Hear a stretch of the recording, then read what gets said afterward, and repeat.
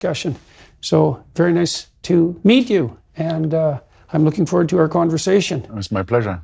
So we talked a little bit about where we might want to start. You had a bit of a biographical account that will lead us into the topic of today. So I'm going to turn it over to you. Yeah. So I'm a father of four. My first son has Down syndrome. When something like that happens, things happen and the world is revealed in a slightly different way.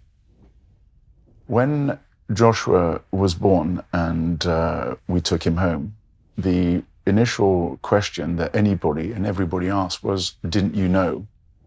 And initially I just said, well, we didn't know. But it kept coming back and back and back. And then eventually I just thought, what are you saying? If we had known, what do you think we ought to have done? And essentially what they were saying is, it's unusual to have a Downs baby.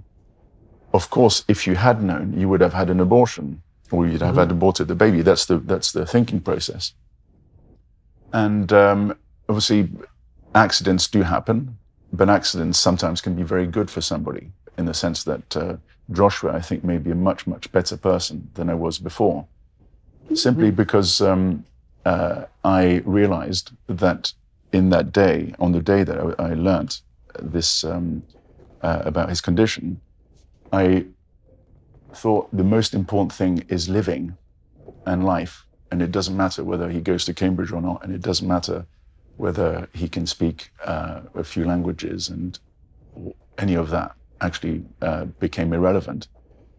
And as my wife was crying, as she discovered this, I tried to not cry, because I am the man of the family, so it's really important that I don't, and I stay stoic about these things.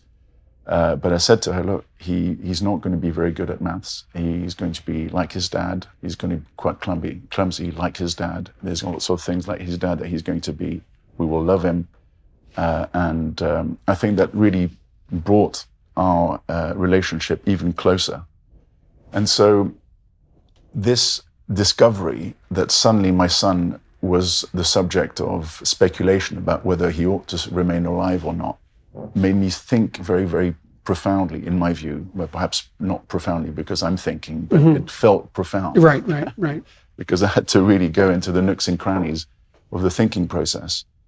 So this question, which keeps coming back even now, I think was the seed of some kind of thought process that started, and that led me to the field of eugenics and the study of eugenics, or at least trying to understand where this ideology comes from. And you said that one of the consequences of Joshua's birth is that you became a better person. Yeah.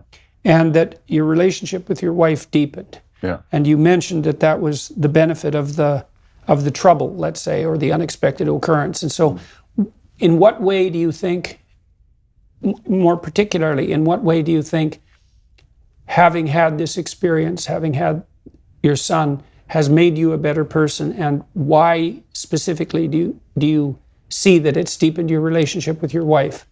Because suddenly I had to man up, and I had to take responsibility, and I had to be there for her. And for her in a way that was different than before. Yeah, absolutely. So what made it different? Well, because we were both together, and this was our family that we were building, and everybody in that family would be my responsibility. And so it was something like the determination to take on a joint challenge. Exactly. And actually, when I heard that sometimes men leave their wives because of a birth like that, I was appalled. But also, I thought, I'm not going to be like that. I will be somebody else. And so, my life up to then had been relatively carefree. I was also extremely lucky, because I fell in love with my wife on the day I met her, and I married her just a few weeks later.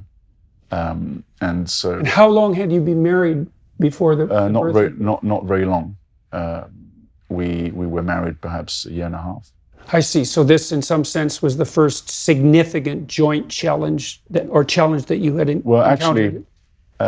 Actually, the first one was the discovery that I knew nothing about a lot when she had a miscarriage.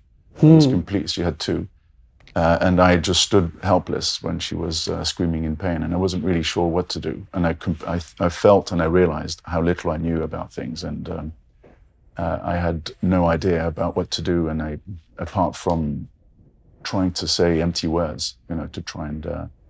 So you felt at that point that there was something missing from the way you were looking at the world?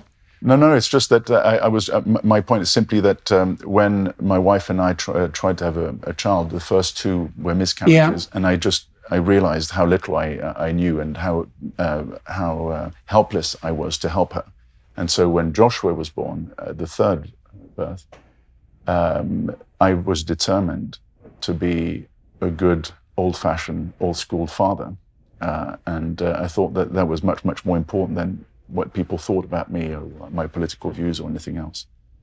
But I think it did determine a great deal about what I became afterwards.